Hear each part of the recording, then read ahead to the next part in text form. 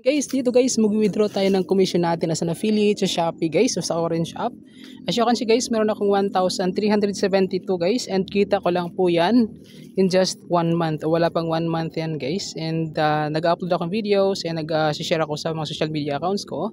Dito guys, withdraw tayo, pili lang po tayo ng ating e-wallet. Kasi ako guys, nagsisend money lang po ako guys ha. Pinili ko lang po yung send money, and then yung e-wallet or GCash na po yung ginagamit ko. And for this time, ang withdrawin natin is worth 1,300 pesos lang, and iiwan natin yung ano guys, may 15 pesos charge pala siya mga boss idol.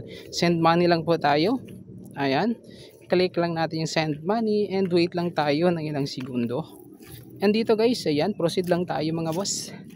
As you can see guys, yan, ano na po siya mga bossing idol, successful na po yung transaction natin. And let's check sa ating GCash account if na-receive ba natin o dumating ba yung win-withdraw natin worth 1,300 pesos mga boss idol.